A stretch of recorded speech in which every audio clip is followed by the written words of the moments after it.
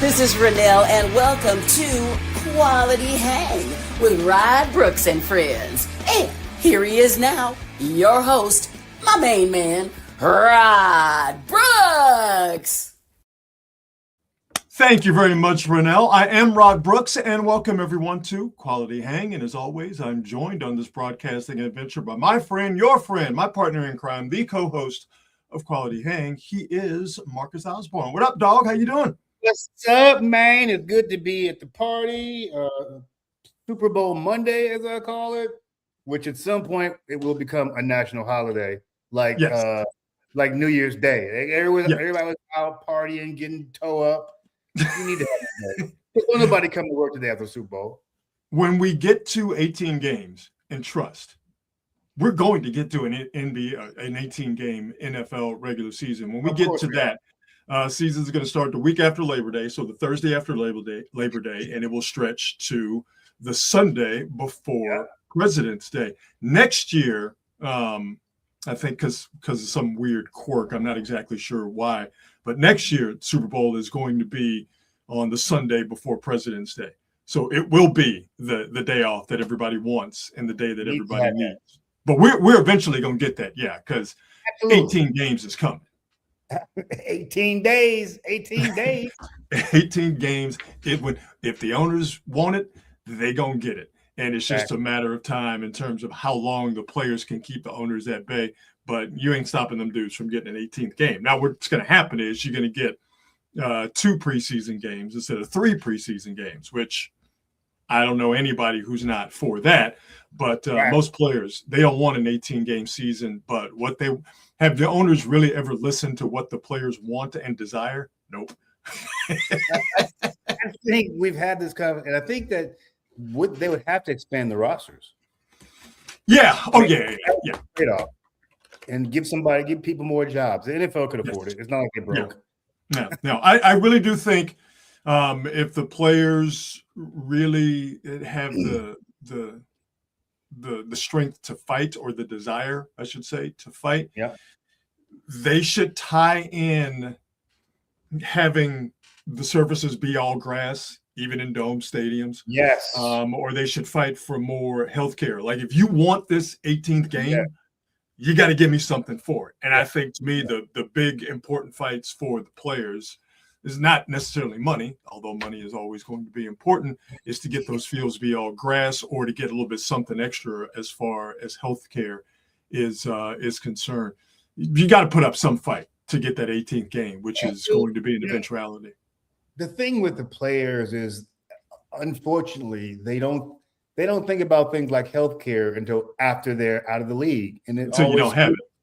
Exactly. Like, you're not going to be in this league forever. Most of y'all are not going to play 5 years. You're going to be out of the league. You'll have no health care. You won't have the salaries. At the very least, you need to fight for that health care, particularly in a sport like football. Absolutely.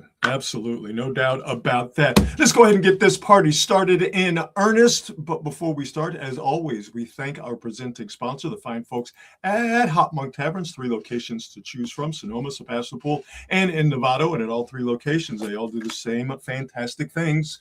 Great food from a wildly diverse menu, a craft beer selection that is out of this world, and entertainment, whatever you're looking for, they've got it at all 3 Hot Monk locations. Whether it's a touring act from around the country stopping by one of the locations to see and be seen.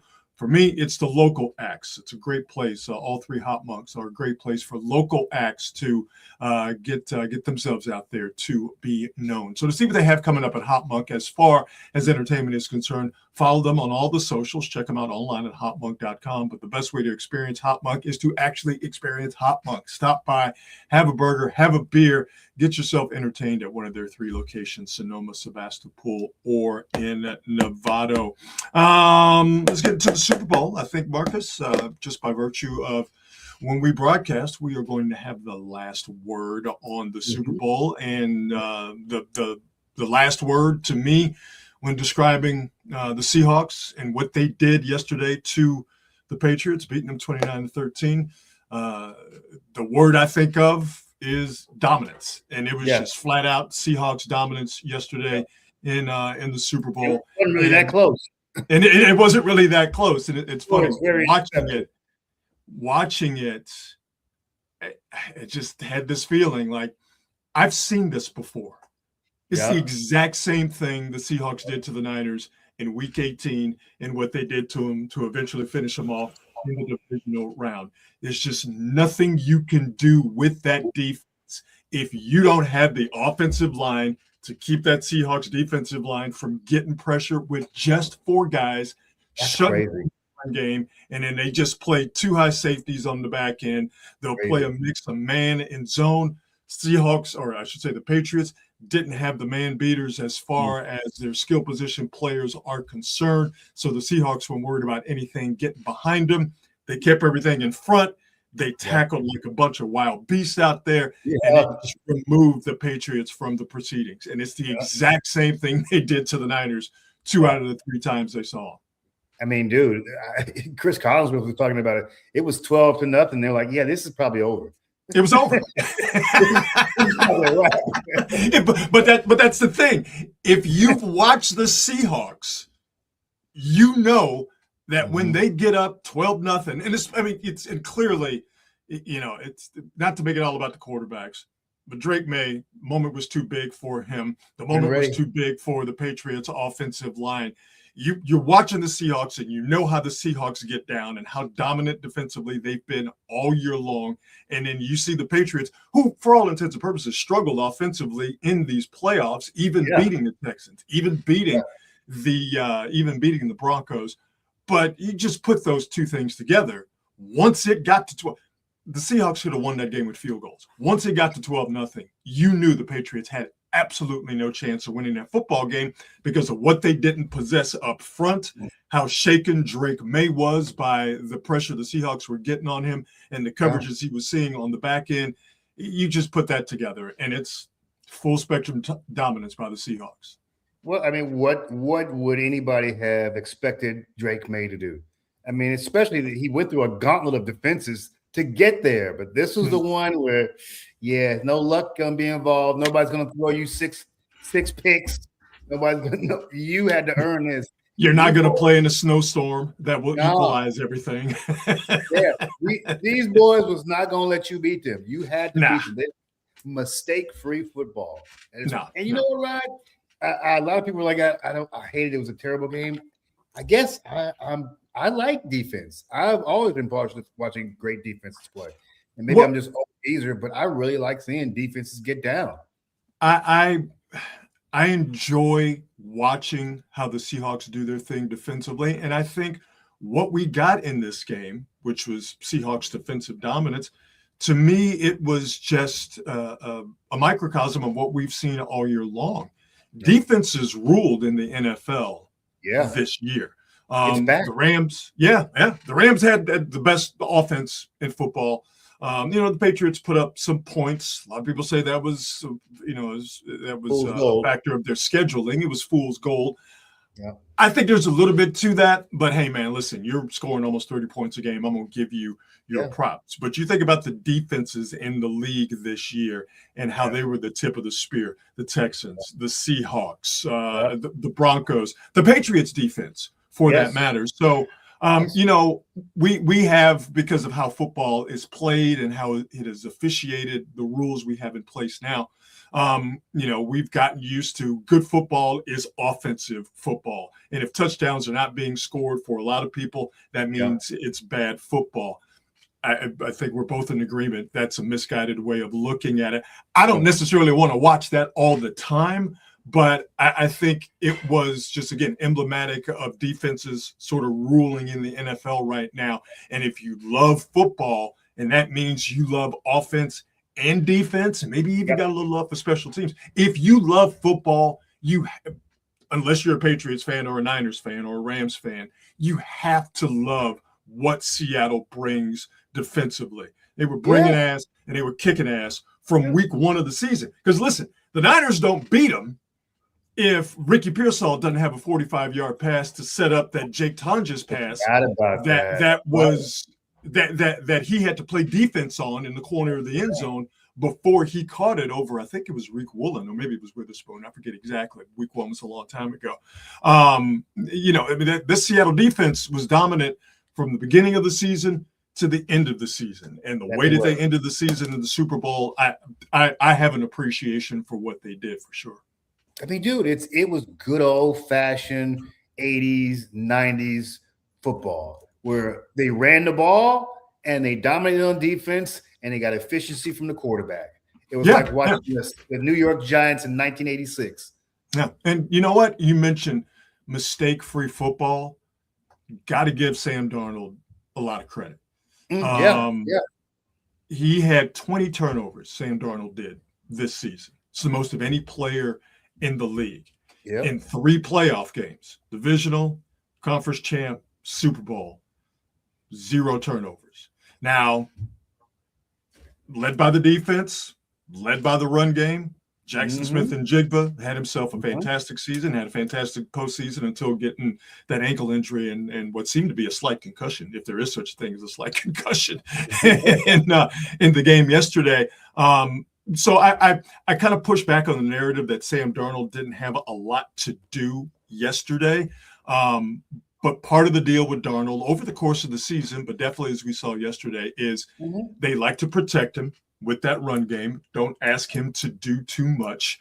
And his job is just to not turn it over. He had a couple of turnover-worthy balls, like Christian Gonzalez, that one ball that he got his hands on at the goal line. He had a fantastic Super Bowl. Christian Gonzalez was outstanding, the DB for the Patriots. Yeah. That was one of the 2 chances I can remember here where Darnold threw balls that could have been picked, should have been picked, depending on which way you want to look at it. Other than that, Sam Darnold was relatively mistake-free. And for him to have all of those turnovers, the 20 in the regular season, and not turn the ball over in the 3 most important games of the season in the playoffs, got to give Sam Darnold a lot of credit for what he did. Yeah, and I don't feel like, I don't feel like you can shit on Drake May for his performance completely, because a lot of that credit needs to go to the Seattle defense. They sped him up. He was all out of sorts. They did what they were supposed to do to a rookie quarterback. It's what great defensive coaches do. It's what great defensive coordinators do. And Mike Macdonald he won a Super Bowl. So I think that qualifies him as a great defensive coach. The Seahawks defense, it's in that tier below the big boys.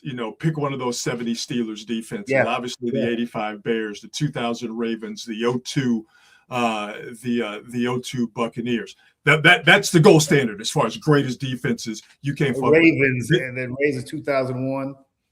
Was it 2000, 2001? I forget exactly. But those are the ones. This Seahawks defense this year is in that slot right below. And to me, that is nothing to sneeze at. But Mike Macdonald and that defense did what they were supposed to do against the young rookie quarterback. Confused the shit out of him, put pressure on him, and they did that. And shitting on Drake May, and again, he did not have a good game.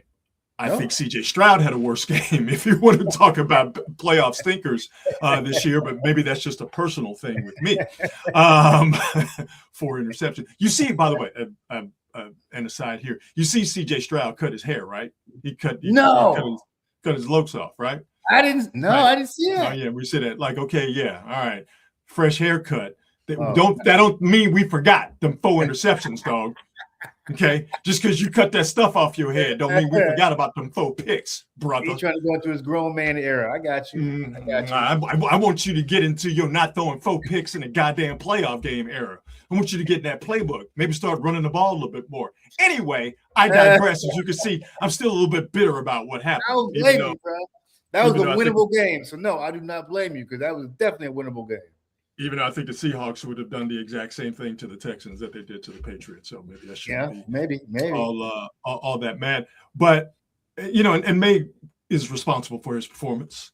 That's right. But if you want to shit on a part of the Patriots, their offensive line, particularly the left side, dominated, left guard, no from the jump. And I hate to call out a fellow Tiger, Will Campbell, but it was a bad season for him anyway as a rookie. And again, it's what you're supposed to do. Seahawks targeting a rookie, and they kicked the left side of that Patriots offensive line's ass. They were sending crazy blitzes at Drake May early. They weren't waiting until crucial times. They got off the bus blitzing Drake May with overload blitzes. And from the beginning, it was perfectly timed, and they got there, obviously. Once they started that boulder down the hill, there was nothing that Drake May or that Patriots offensive line, there's nothing they could do about it. I mean, dude, the Seattle offensive line as well. I mean, the running lanes this kid had all night long was silly. It was silly. Dude, you should not be able to go up to the line, stop for a couple of seconds, take a look around, and then decide, I guess I'm gonna go that way. There was a couple of times he was slow playing it. It was crazy. Kenneth Walker, what was it? Does anybody else see what's happening here? What was it, 135 yards? I know it was definitely 5 yards per carry. So, yeah, spot on with what the Seahawks were able to do. Again, against a very good Patriots defensive front. There's no doubt about that. So, if you're a Niner fan or you're a Rams fan, you're not particularly happy with the outcome. But if you could put fandom aside for a second, you got to give it up to the Seahawks. They did what they were supposed to do. They did what they were capable of, and they did it in dominating fashion, particularly on the defensive side of the football. So good job by those guys. Yeah, a really impressive. I mean, it was literally no doubt about it. This game is over after the second quarter. All right, we see where this is going, right? We all watching this game. This is pretty much a wrap. They could do absolutely nothing. And May was almost 75% completion percentage in the regular season. Yeah, he was barely 50. It's crazy. Yeah. He had no time to throw, and he basically had no one to throw to, and he had no run game to lean on, and he was just the coverages were just befuddling him. He was seeing ghosts, that line that we learned from now Super Bowl champion Sam Darnold when he was playing the Patriots, but he was a member of the Jets. And going back and looking, I just watched a little bit of the game in a replay today. There were some guys who were open, but May was just holding the ball too long. He was kind of waiting for them to get open instead of throwing them open. But that's because he had been, he was under pressure from the beginning of the game. And it's funny watching how the Seahawks, they would speed him up and then they would slow him down. So he didn't know what to do. There was sometimes he was just like, he got the ball out and it was too quick. It was too frazzled. There was other times he would hit the top of his drop and then he would just stand there. He didn't know if it was coming or going, but he knew that he was uncomfortable and he just had absolutely no chance.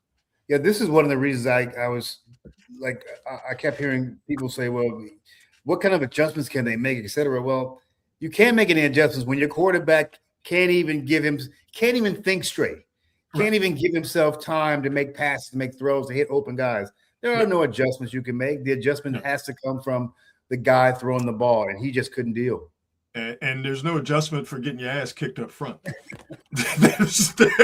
there's no adjustment for the left side of your offensive line just being. You're playing 3-on-4. They were getting pressure with just 4 guys for the overwhelming majority of that game, with the exception of those blitzes that they sent. So, yeah, man, it was over in the second quarter, which meant everybody was basically like, all right, let's see what this halftime show is going to be about. That's pretty much what it was. I tell you what, I wish I would have paid better attention in Spanish class so I could have a better understanding as to what was being said or what was being sung by Bad Bunny. But language barrier didn't matter, because what you didn't understand being said to you, your eyes could tell you exactly what was happening on that field during the Super Bowl halftime show. And boy, let me tell you, my eyes were entertained because it's a good looking people there. You got Jessica Alba, Cardi B, some other folks, and then Lord have mercy. Let me turn this down before YouTube flags us for copyright violations. We can't play a lot of music, but Lord have mercy. You ain't got to understand Spanish. Listen, man, to like that stuff right there. I have spent many an hour watching me some Telemundo and not knowing not a damn word. Not a damn word. Not a word. And I'm sorry. them cats watching that other thing that was supposed to be the alternative, they lied. They was all tuned into this too. Man, you better have been tuned into all that scattered ass shaking on that screen last night. Oh, I don't want to see that. Shit. I'm going to watch a 57-year-old wannabe cowboy rapper. Get out of here. Let me tell you something, Mr. Bad Bunny. I didn't understand a word that came out of your mouth, the majority of the words that came out of your mouth. But I was clearly picking up what you were putting down with this halftime show, my Puerto Rican brother. So I salute you, Mr. Bad Bunny, for the show you put on last night. Because it was, for me, it was indeed a visual delight. Yep. Good job, sir. That's all that matters. You go to. Did I have fun watching this? Yes, I did. Yes, I did. Yes, I did. Yes, I did. And anybody who said they didn't is lying. Or quit playing with me. Quit playing in my face. Quit playing in my face. No, man, it was really cool to see that, and obviously it was very well received, and also it angered the right people because if that last night was a problem for you, that is a you problem. Okay, for real, dude. That's not Bad Bunny's problem. It's not the NFL's problem. It's not. That's a you problem. Okay, if you can find a way to enjoy it or ignore it if it's not your thing, if it ain't your type of hype, if you can't find a way to ignore it, if that makes you mad, then that's a you problem, and you have a problem. The idea that people curl their little fingers up to get online and get on social media and everywhere else to bitch and moan about this, for people who are supposed to be so tough, they sure are the softest people when it comes to stuff like this. Oh, so what? He ain't speaking English. You don't give a damn. Someone said today, and it's brilliant, and I wish I would have thought of it. Kendrick Lamar spoke English last year, and those people claim to not understand what he was saying. So it has nothing to do with the language barrier. It has to do with your own biases, and it has to do with your own prejudices. So if you didn't like what was going on last night, what it was just a message of love and inclusion. Yeah. And if you have a problem with that just because it's a brown person saying that, or it's said in a different language, that's a you problem. And that means you have a problem. If you have a problem with this, you got problems. If you got a problem with the only thing more powerful than hate is love, you have a problem. If you have a problem with him naming all of the countries in the Americas, that's a you problem. Yeah, there we go, baby. Yeah, I'm like, don't y'all have better things to whine about? No. Don't you have better? Golly, man. It's 10 minutes of your life. You're fine. You are completely fine. No, that's the problem is they're not fine. They're terrible people. There is obviously an outrage economy. And that beast, and it is a beast. It needs to be fed, and you have people who delight in feeding, that beast, that machine, and they're just terrible people, So I love it that it's kind of I don't know if litmus test is the right term, but if anybody complains about that, then that just kind of lets you know the type of person that they are. And then maybe you'll find a way to remove that person from your life. Because, like I said, I didn't understand the overwhelming majority of anything that came out of that dude's mouth last night. Mm-hmm.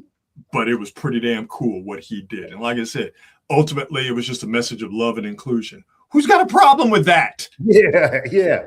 I mean, my girls, my daughters are actually very big Bunny, Bad Bunny fans. So I knew. I mean, they went to see this dude at concert a couple of years ago. He was playing Satan, literally the most popular recording artist in the world the last 4 years.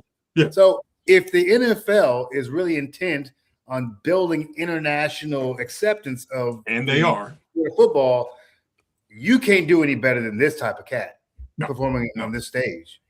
No, not at all. And I tell you what, though, because naturally people go, okay, who should be the halftime performer next year in the Super Bowl down in, I think it's back down in LA. I don't know who it's going to be or what type of music there's going to be, but I can tell you what it's not going to be. The days of 4 or 5 dudes, 4 or 5 people standing on stage playing instruments during halftime of the Super Bowl, that's as dead as Napoleon. I don't know if we're ever going to see that again, because you have to move. Like you have to move around like Bad Bunny did. You have to move around like Kendrick Lamar did last year. Dre and Snoop even moved, not a lot, but they moved. Usher a couple of years ago, Gaga, she moved around. I mean, you got to do it. You're 100% right. You need to put on a show. That's just you're competing for people's attention. Yes. And if you think you're going to put out a marching band out there and keep people's attention at this point in the game, no. You're not. I mean, listen, I love the Foo Fighters. Love them. Dave Grohl and the rest of those dudes standing on stage, playing instruments, playing popular songs, right? Yep. Playing Everlong. That's not going to cut it. Not now. Yep. I mean, the bar has been raised in terms of what people are now expecting as far as their Super Bowl halftime is concerned. Mm-hmm. And it's not just auditory and it's not just name recognition. Yeah. There has to be a visual component to it. And the artist just literally has to move. Yeah. The Rolling Stones are clearly still popular. The Rolling Stones just standing on stage playing Brown Sugar at halftime of the Super Bowl, after what we've seen the last few years, after what we saw last night, you're never going to see a rock band play the Super Bowl again. Ever. Oh no, not unless you know how to bring it. Like if you're like U2 knows how to do that kind of show. Like they're the type of band that needs to get on there and have. All right, I'll give you that one. You know what I mean? The entire production, the whole 9. Yeah. If you can do that, you can get away with it. But like you said, you got to put a production on, baby. Yeah. And you got 6 minutes to get on stage, 10 minutes to do your thing, and 6 minutes to get off. So I mean, it's a pretty amazing way they do it. Yeah. It's pretty cool, and it was pretty cool to see that last night. So the official numbers have not come out, but it is widely believed that the Super Bowl halftime performance by Bad Bunny will go down as the most viewed Super Bowl halftime performance of all time. Well, the funny thing is that if you hate it so much and if you don't want people to watch it, don't bitch. Just ignore it. Because the more you bitch about it, the more you're going to interest people in seeing it. Weren't these the same people that were supposedly boycotting the NFL because of, I don't know, pick a scandal? Or not a scandal, but, pick a stupid ass reason like Colin Kaepernick kneeling or what the hell ever. Yeah. Exactly. So it's amazing you're still watching this game that you said that you would never watch because people dared kneel for the anthem because of issues with police brutality. But anyway, we know that these people are hypocrites, and unfortunately, they still find a way to be paid attention to. Right. My question for you is: it's not too early to think about next year. The question becomes: what does Seattle need to do to keep the title?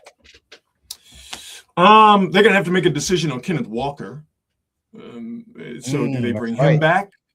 Remember Zach Charbonnet got hurt. And by the way, nobody said it. I actually felt bad. I'm like, wow, everybody forgot about that dude.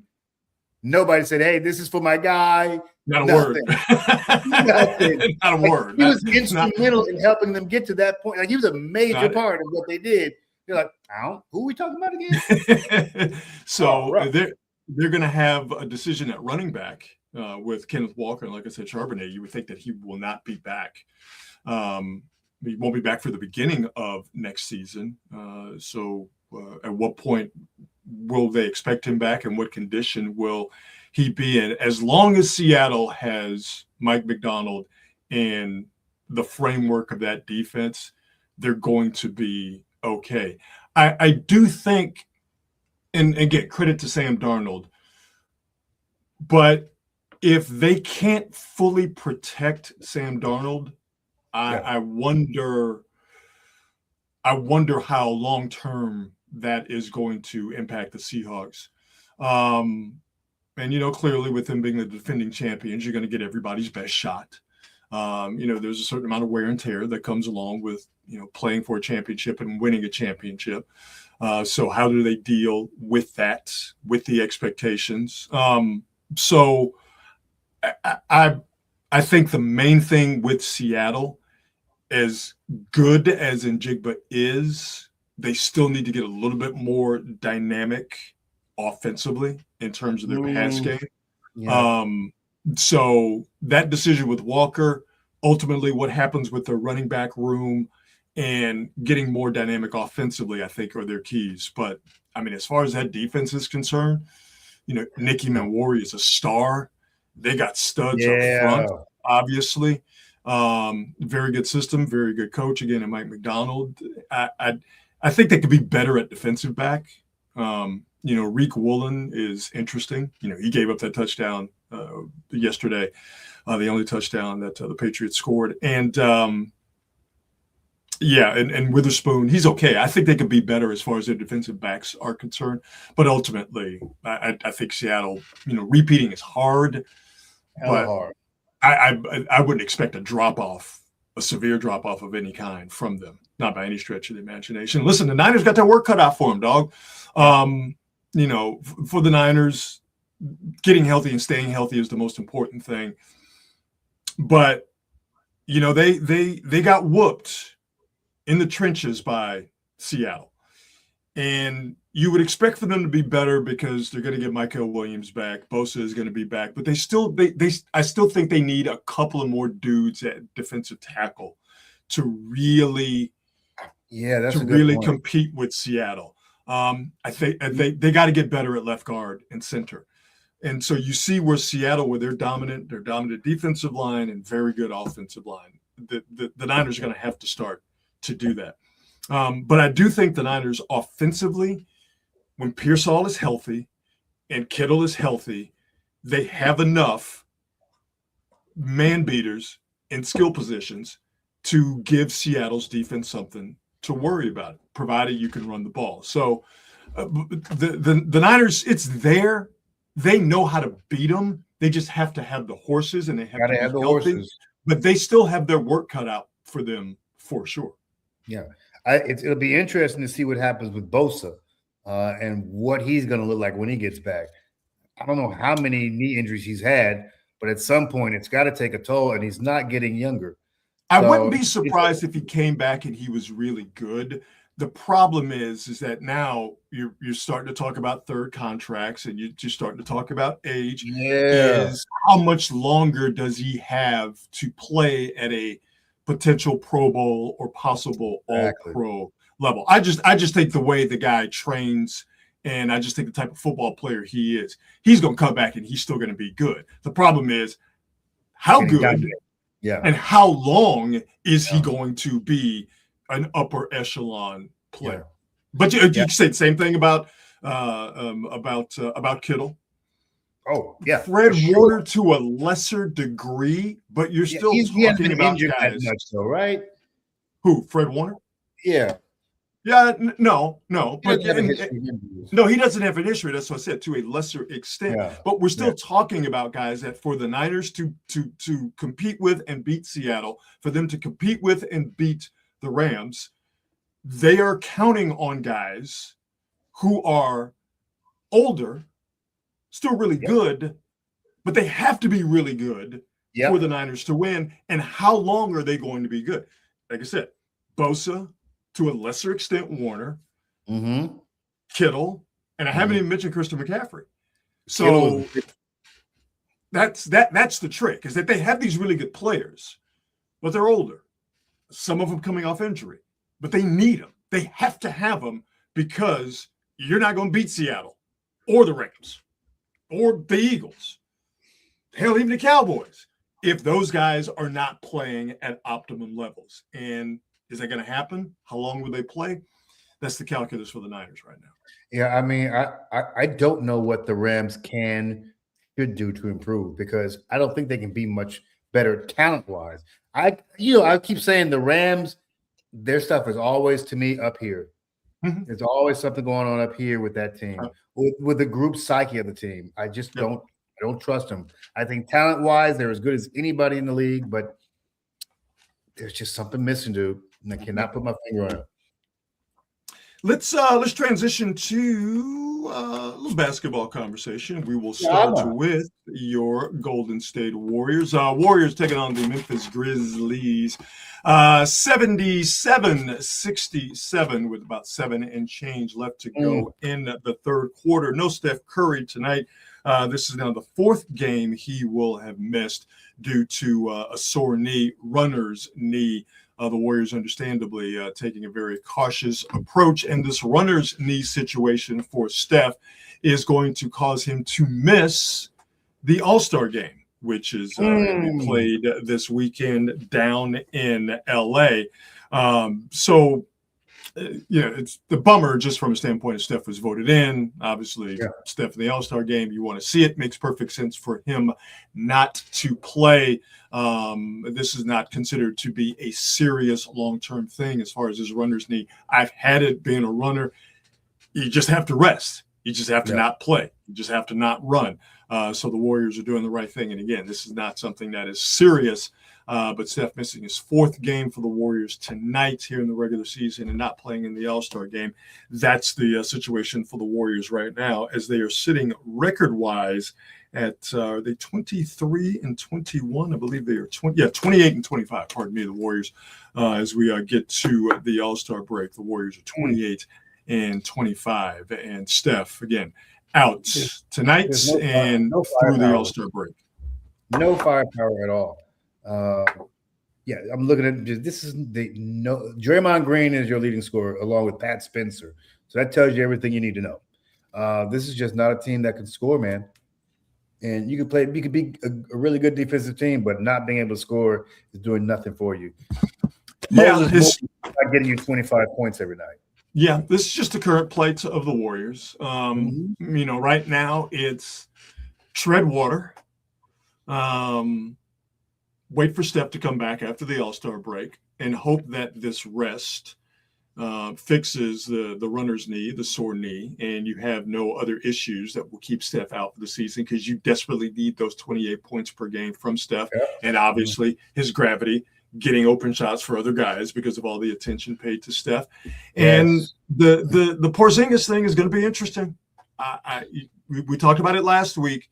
Yeah. You see the vision. Or at least I see the vision of what a healthy Porzingis can do for the Warriors and what he can provide for the Warriors. So right now, they're just trying to maintain and not get killed. And what is this thing that Porzingis has? I don't want to make a light of it, but the acronym is POTS. Yes. I don't know what those letters stand for, but it's some interesting illness where like he can't stand up quickly. Like I'm trying not to be snarky about it, because we're talking about a guy's healthier. But it's some weird disease or I should call it a disease. It's some weird ailment that just causes him to not be able to do normal things, like get out of bed quickly or shit like that. So, not like vertigo, right? I'd be speaking ignorantly if I said any more. So I don't know. But it's not something normal. Let's put it that way.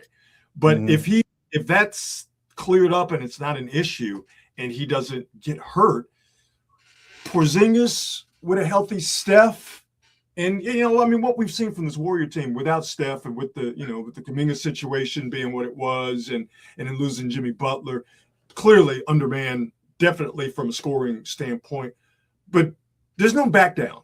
You know, there's no give up in this Warrior crew. And I think that can take you some places if you get Steph, when you get Steph back, if you can have Porzingis play the majority of the games here down the stretch. So I said this last week, I still believe it to be this way. With a healthy Steph and a healthy Porzingis, I still think they're a play-in team, but there's no shame in that. Because I think if things go right for the Warriors, they can be that proverbial team you don't want to play in, a desperate play-in type situation. Yeah, I think that's where they would have to make their mark. They are a team with Steph Curry. If you get into a 7-game series, you're probably going to give yourself a shot, and say what you want about Steve Kerr, but the dude knows how to win series. So if you get in there, you give yourself a shot. I don't think it's going to be a great shot, but you probably want to embarrass yourself. Oh, no. Here it is, Rob. He's got a postural orthostatic something or other, POTS, but it's a blood circulation disorder that can cause dizziness, rapid heart rate, nausea, fatigue, and other symptoms when standing or exerting yourself. Yeah. Which is, what does a basketball player do? Yeah, he exerts himself. So that's what I'm saying. I didn't want to make light of it because it seems not debilitating, but it seems like there's a certain amount of seriousness to it. So but if that's an issue that can be dealt with and he doesn't suffer any other injuries, I mean, again, I see the value in a healthy Kristaps Porzingis. Yeah, 7 that can shoot and block shots. Yeah, absolutely. Okay. So 78-70, Grizzlies on top of the Warriors, 5:50 and change left to go in the third quarter. We will keep you updated on that game. There was a testosterone presentation in the NBA tonight, an actual legitimate NBA fight. So Detroit Hornets. Of course. There's a spoon in it. That's a foul. Okay. A little head bumping, talking about each other. Mama, he mushed him in the face. Oh, you can't mush a man in the face. Hold me back. Guy throws a punch. Miles Bridges, of course, gets in there. Miles Bridges is a terrible human being. But Diabate, he's with that shit. He better leave these Africans alone, man. They playing that shit, dude. Hey, man, you can't be mushing that African cat in the face like that, dog. Can't be doing that. They don't understand that it's just a presentation. No. Now you see Duran of the Pistons walking away. He almost got caught slipping. Why you still backing up, dog? Now you're probably wondering, hey, doesn't Isaiah Stewart play on the Pistons? Where is he? Beef Stew. Like if there's a fight with the Pistons, I assume it's him. Beef Stew incoming. 3, 2, 1. Right there in the blue shirt. Here we go. He is with the shits. And Miles Bridges is like, I don't want no parts of Isaiah Stewart. Here we go. now it's legit. Get him off me, somebody. Stewart's he's serious too. Oh, this is not playing. He ain't playing, dude. Oh no, he ain't playing. By the way, this is not some hold me back shit. He's trying to no. He is legitimately angry about being mushed in the face. So I don't blame him either. All of those guys were ejected. Duran, Bridges, Diabate, and of course Isaiah Beef Stewart. I would expect that Isaiah Stewart, Marcus, is going to suffer. And look at him right there. Isaiah Stewart. Look at the smile on his face. What else is new? He's a literal crazy person. And because he came off the bench, it's a big no-no in the NBA. Can't come off the bench because of the malice in the palace. Isaiah Stewart is looking at a long suspension. But he don't care. Look at his face. Nah. He is genuinely happy about what happened. Look at this cat, man. he's crazy. I heard that the Warriors are trying to bring in Lonzo Ball. I saw that, and I don't have a problem with that. Here's why. Because he can dribble, and he's willing to pass. One of the problems with the Warriors, they ain't got no dudes who can dribble. Well, they actually got one guy who dribbles a little bit too much. He wears a headband. You know who I'm talking about. But really, as far as guys who can dribble in traffic, Warriors don't have any of those guys with the exception of Steph. So Lonzo Ball, I mean, he is limping towards the finish line. I mean, as far as his knees are concerned, he is basically cooked. But Lonzo Ball on a flyer, somebody who can handle the ball, get him into the offense, and a willing passer. I'm not saying he's going to take him over the top or take him from a potential play-in team to, a 4 or 5 seed. That would be ridiculous. But somebody who could play, I don't know, man, 15 minutes, dribble the ball, and get the ball to Steph, I'm okay with that. Listen, the more he has the ball, the less Brandon Podziemski has the ball. So I'm cool. And, I mean, just as long as stay healthy. That's always his problem, staying healthy. Yeah. Staying healthy. Wait a minute. Has he been in the league? Has he been in the league, what? 10 years? Lonzo Ball? That sounds about right. Yeah, really? That sounds about right. Yeah. Golly. That sounds about right. Time flies. If he's been in the league 10 years, time flies. I remember when he came in the league and his daddy was popping off. Mm-hmm. He's been in the league 10 years. I don't know if I've ever watched a full game where Lonzo Ball has played. Only time was when the Warriors were playing him. Yeah, okay. All right. Yeah, that's it. Other than that, I couldn't tell you about a Lonzo Ball game. I went, that boy nice. Or even that boy terrible. I can't tell you that I've seen the game. And he's never got, I don't think he's ever played a full season either. I think he's been hurt pretty much every year he's been in the league. No. There you go. Hornets Pistons fight, an actual testosterone presentation in the NBA. How about we do some? Have we covered everything? I think we've covered everything. How about we do some on this date? Yes, on this date, February the 9th, we go all the way back to 1964, where things changed. You want to talk about like a flashpoint in pop culture history. On this date, the Beatles made their American television debut. Ed Sullivan. The Beatles. Yeah.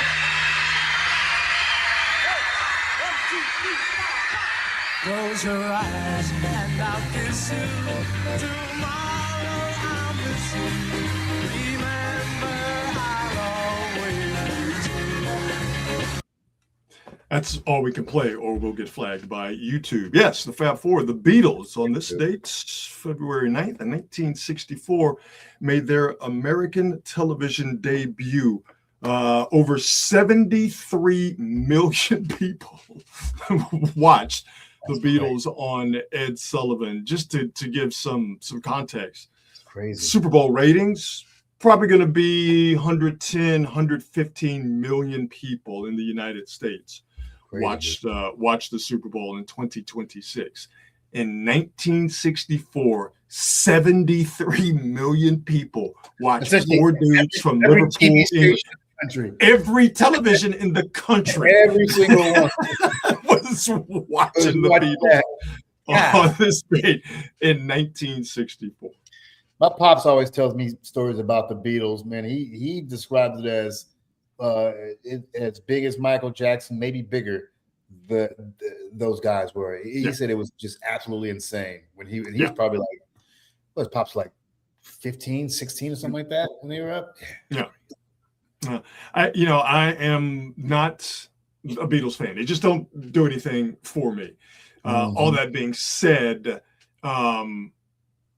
it's impossible to not understand their cultural impact still to this day.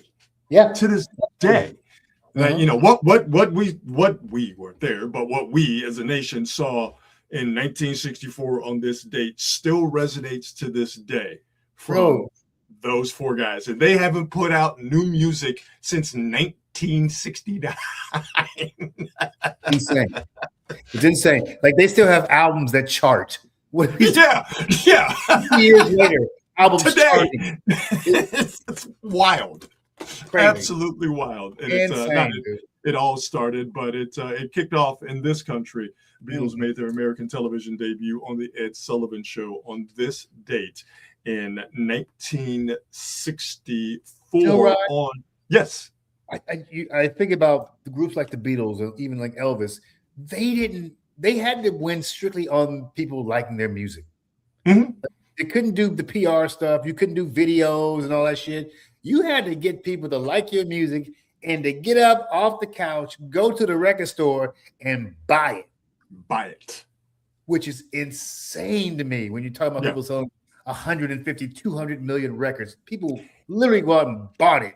You know, and that's the thing, and it kind of goes to our earlier conversation about Bad Bunny and the Super Bowl halftime show.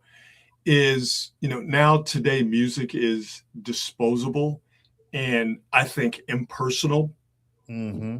But you have artists like Bad Bunny, like Kendrick, Taylor Swift, Gaga.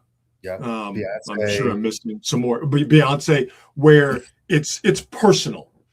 But for the most part, it's you know, music is almost like transactional in nature. Like you put it out there, I can access it, but there's no ownership of it. Yep. With the Beatles, with Michael Jackson, with Led Zeppelin, and James Brown, and Parliament Funkadelic, and it was personal because, like you said, you heard it and you liked it and you wanted to make sure that you could hear it anytime you wanted to. So you had to make a trip to go to it, purchase it, to have it as yours. And I think that personal nature of between artist and fan, artist and consumer, you just don't have that in mass like you did, you know, not obviously back in 1964 when the Beatles hit on Ed Sullivan, or just, you know, 20, 25 years ago. I mean, you know, now it's just kind of like, it's just music. It's just kind of like, it's there. People talk about Drake and the numbers he has, the number of hits he has on the Billboard charts, number of albums he's had.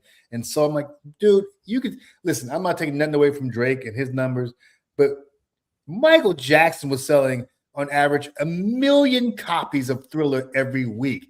Literally people going to the store and paying for it, not getting it free on Spotify. People were buying multiple copies of it. Yes. People were buying multiple copies of the same album. Yes. It's facts. Like, I don't want to take nothing from your boy, but what this dude was doing was something completely different. Sorry. Totally different. You're getting people to part with their money. Did you see that other trailer for the Michael Jackson movie? The newest one? Yeah. And you know, supposedly it's going to be a 2-part movie.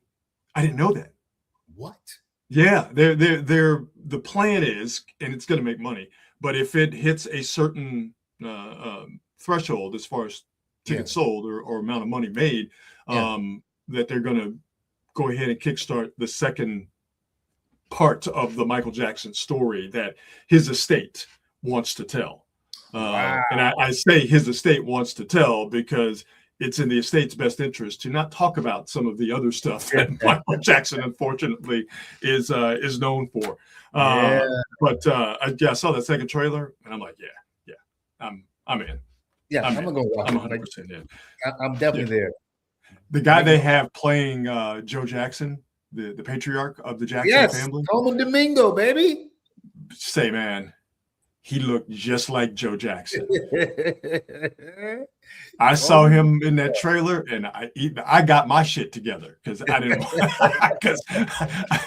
want to catch a whooping by the hands of the guy who's playing Joe Jackson. That's how much he looked like Joe Jackson. Yes, I'm not trying to catch none of them ass whoopings. On this date in 1979, the Camp Classic Warriors was released in theaters, which is where, of course, we get Warriors come out. I wish I had some beer bottles so I could clink them together, but I don't. But I don't even need to do that. You can hear it in your head. Clink, clink, clink. Warriors come out to play. For those of you who don't know, that's where that came from. The movie The Warriors, which was released in theaters on this date, February the 9th. What year is that? 1979. I was 78. All right, cool. 79. 1979. On this date in 1992, Magic Johnson came out of retirement. Listen, in the All-Star game. Didn't he come out against? He came back later on against the Warriors. Yes.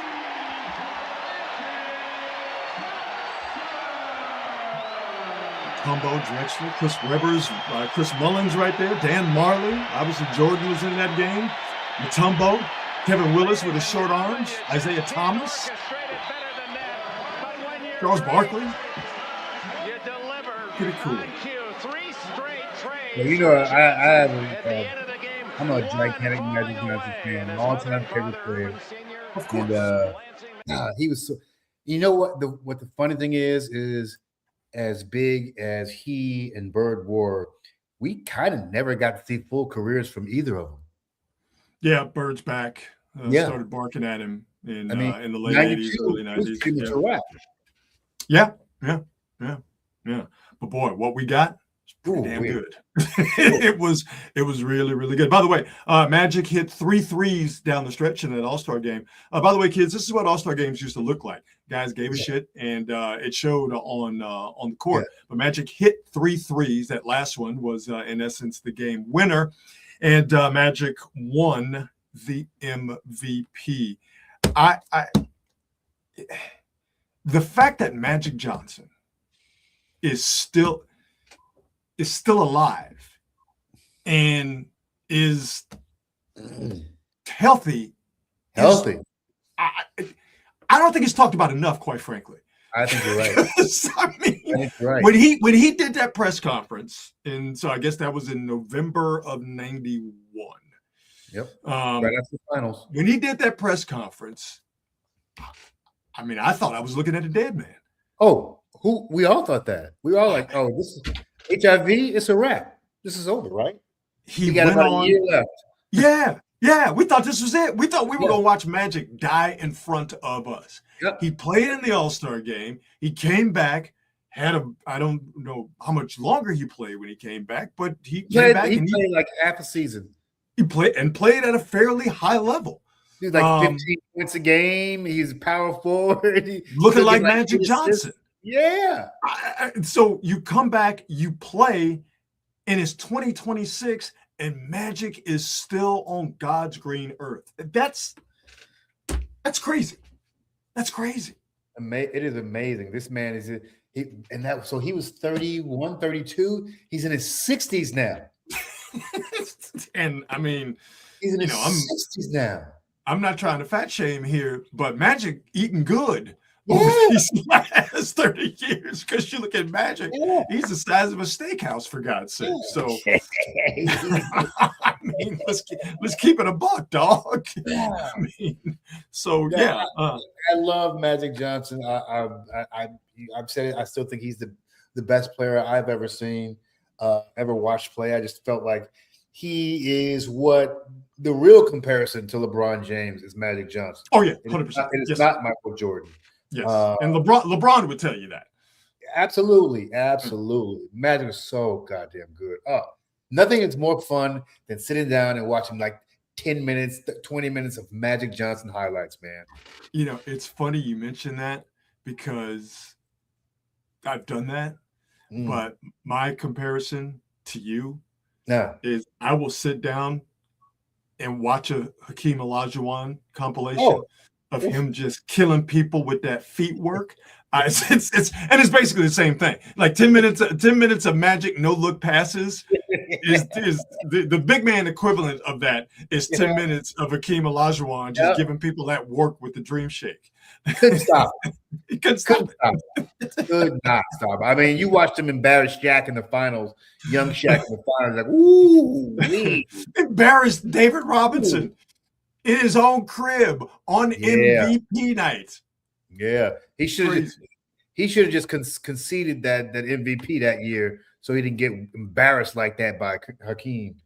Yeah, and I mean, listen, David Robinson wasn't no chump, but no. Listen, if David Robinson was playing right now, he'd be the best center in the game. Oh my gosh!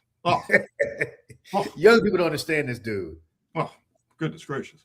Yeah, there you go. On this date, 1964, the Beatles made their American television debut on the Ed Sullivan Show. Really good show.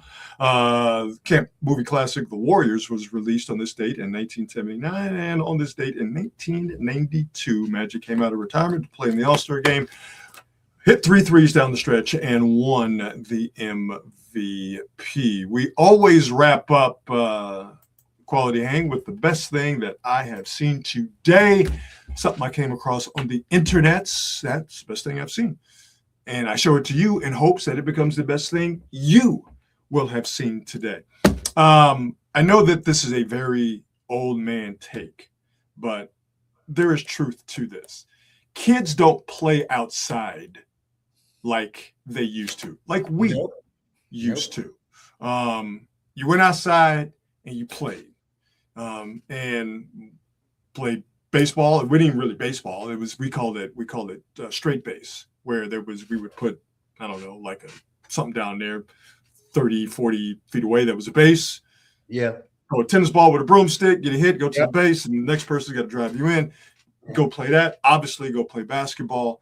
But when, Marcus, is the last time you've seen a group of kids playing pickup football? Man, you haven't seen that. You haven't seen that in decades, right?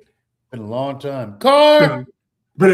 See, it all comes back to you. If you're playing on the street, on the street, it's touch. But once you get to the grass, it's tackle, right? Yeah. Or if you grew up in an apartment complex where they had like a courtyard, that became the de facto football field. The kids play. But you haven't seen kids play pickup football in ages. Well, this is the best thing I've seen today.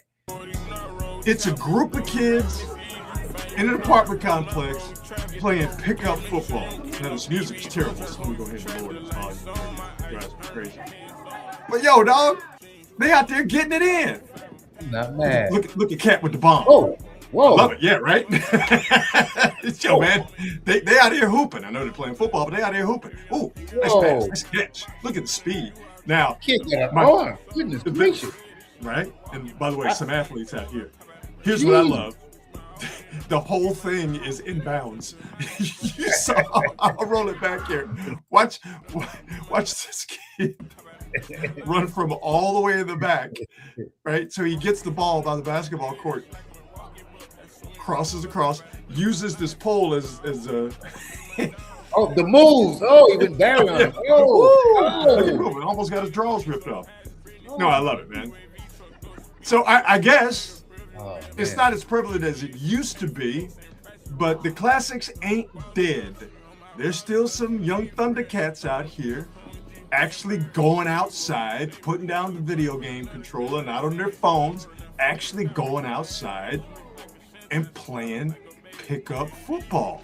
So glad to know, like I said, the classics, he tried to say in English, ain't dead. So these kids playing pickup football, it's the best thing that I've seen today.